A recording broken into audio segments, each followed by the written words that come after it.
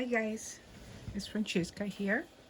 I wanted to show you guys something. Yesterday, I took all my leftover paper scraps and I don't throw anything away. As you know, as crafters, we don't throw anything away. All these little bits and pieces of paper we keep. Like this little piece here, for example, we're going to use it for something. We're not going to waste it. These are little die cuts that I used, that I cut yesterday to make these little flower shapes. These little flower shapes here, because I want to make little paper flowers. So I took out my die cut machine. I put the die cuts in it, and you roll it and all of that, and you get these cute little shapes here. And today, sorry, I'm trying to figure out how to film here. I'm really bad at this. Today I want to make little flowers.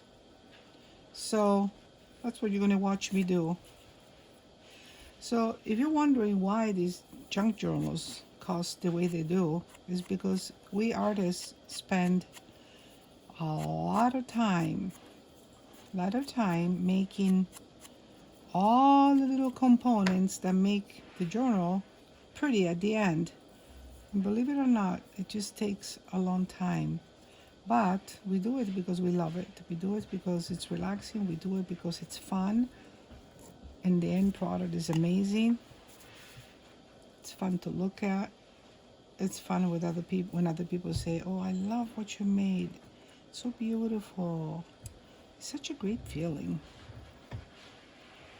But this is the second layer. I'm gluing it. I'm gluing the pieces on top of each other.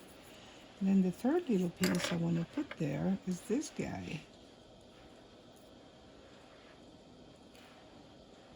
It's either this side or this side. Maybe this one. And I still need to ink the sides with ink so that the little corners of the petals are nice and they stand out better. I'm still learning a lot. I'm learning from a lot of amazing artists that are on YouTube. I've always had a thing for paper since I was little, journals especially. I just had one since I was really young. And paper, anything with paper is amazing to me. Here's the third little piece. I think we're going to put it like this. So right now I'm just gluing it, but I think at the end I want to put like something in the middle, like a brad or something that's going to act as the little thing in the middle of the flower. I don't know, what do you call it? That thing. The hair dryer going in the background because we are, as you know, I work as a dog groomer, and my helper is just washed the dog and it's blowing it dry, and then I'm going to go there and give the doggy a haircut. But because I have a little bit of time, I sneak in my little craft room while my dogs are sleeping right next to me. You know, I have a bunch of collies. My cats have already been fed. Look, here's the first flower. Is that cute? That is adorable. I like it. It's going to decorate cards. I'll show you later. It's going to decorate, speaking of cards, envelope and cards. I made this one last year. And it's a glassine, not glassine, yeah, no, not glassine. What do you call it? I'm having a brain temporary blockage. Vellum. So it was a piece of vellum. I coffee dyed it. I turned it to an envelope. I've put lace around it, book corners, and a little book inside. Lady with a broken heart. Don't we all know what that's all about? That's a whole other story. But isn't it cute, this envelope? I love it. I haven't been able to sell it because I'm in love with it, and I love the way it feels in my hand. Anyway, back to the flowers. So here, one is made. Isn't that cute? Like I said, I'm going to put a brad in there. I have some really cute, colorful little brads. Where I put them? Well, I'll show you later. That are gonna go inside. Plop it right in there. First flower made, almost. I like it. It's cute. The other, so one, we'll put it there. I'm gonna make another one. It's gonna be this guy here. Actually, I wanted to put a leaf sticking out of him. Like a leaf like this one. This little leaf right here. Would that be cute or no, you think? A little leaf. Oh, well, why not? Of course it would be cute. What am I thinking? Anything you add to the flower is adorable. Anything like a leaf or a butterfly or a little birdie, something like that. So we're gonna glue him also.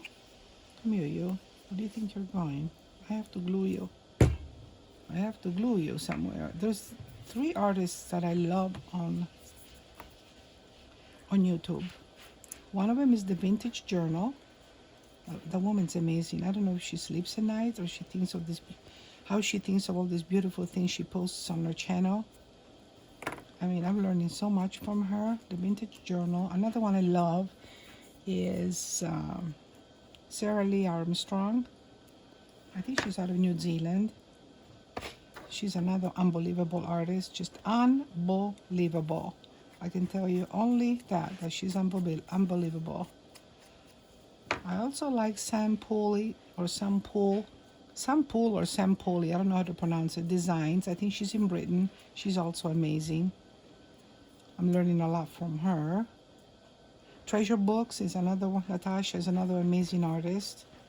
That's another one that doesn't sleep at night. She just sits up and thinks of ideas for the junk journal. That's another amazing person.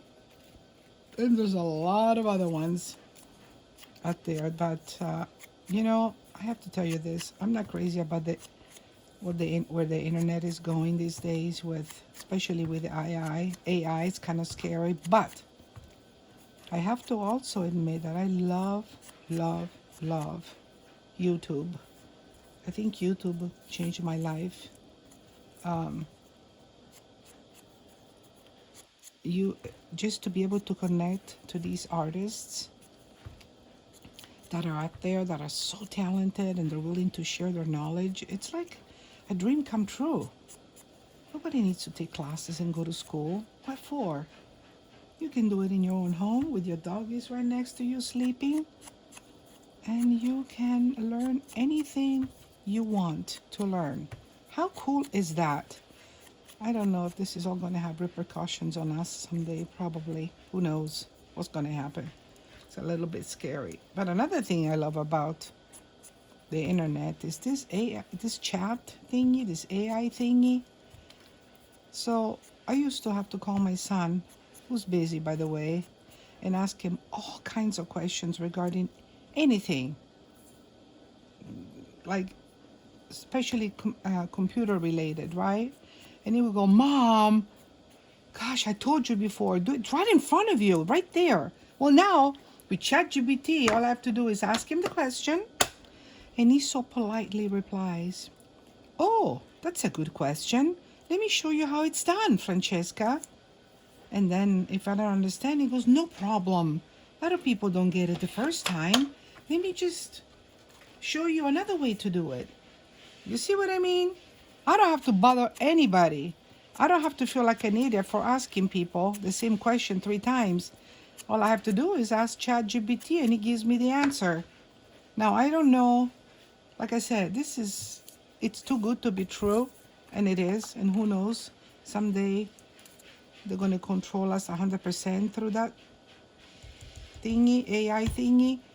But I'm not somebody that I still use my brain, you know what I mean? I still use my brain when I have to make decisions.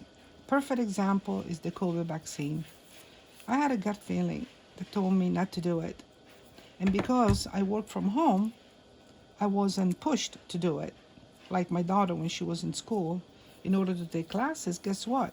She had to do the COVID vaccine. Anyway, I didn't do it. And I don't know if I ever got COVID or not. Probably. I was pretty sick one time and I stayed home and Didn't get near anybody because I didn't want to get anybody sick.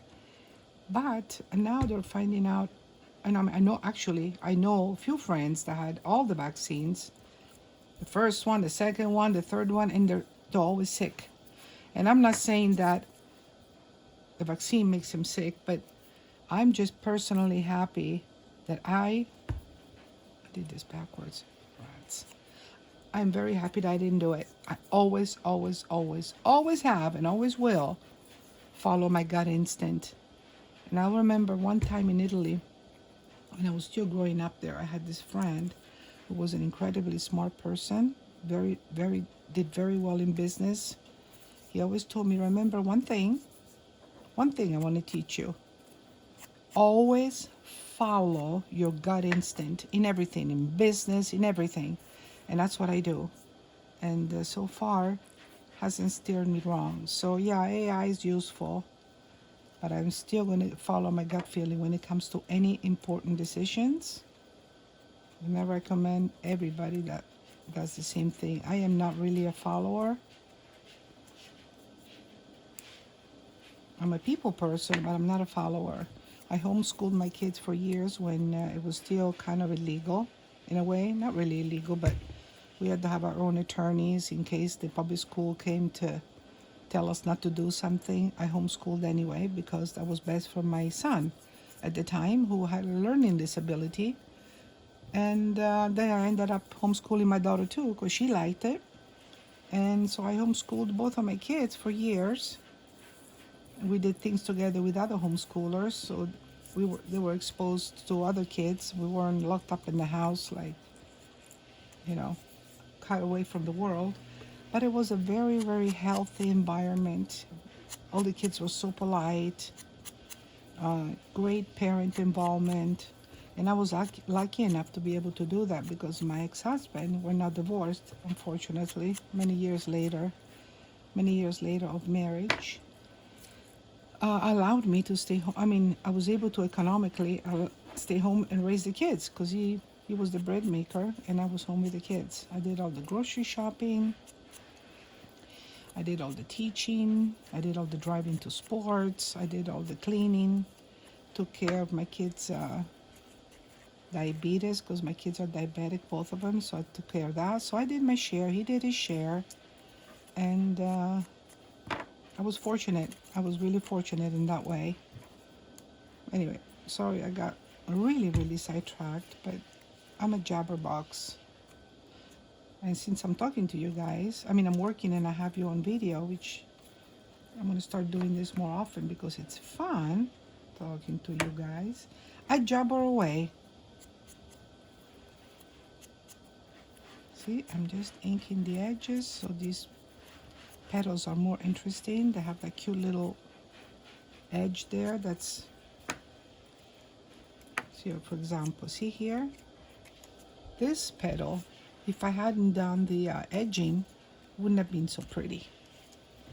So, and I think my time is almost up because as soon as that dog is dry, I gotta go out there and give him a haircut. The gentleman who owns him wants his hair really short. And even though I don't like shaving dogs, I hate it because they shouldn't really be shaved. Double-coated breeds should not be shaved. But the owners want it that way, so I have to do it. And as long as the dog, I'm not hurting the dog, I will do what they want. Okay? If it's hurting the dog, then forget it. But I don't think the dog's going to care much whether I cut his hair or not. And it'll make the owner happy and everybody's happy. My dogs are sleeping right next to me.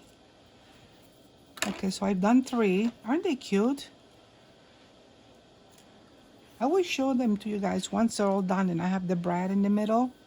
That's going to be like the final beautiful touch. How long have I been chit-chatting? 15 minutes. I think I'll go. Bye, guys. Have a great day.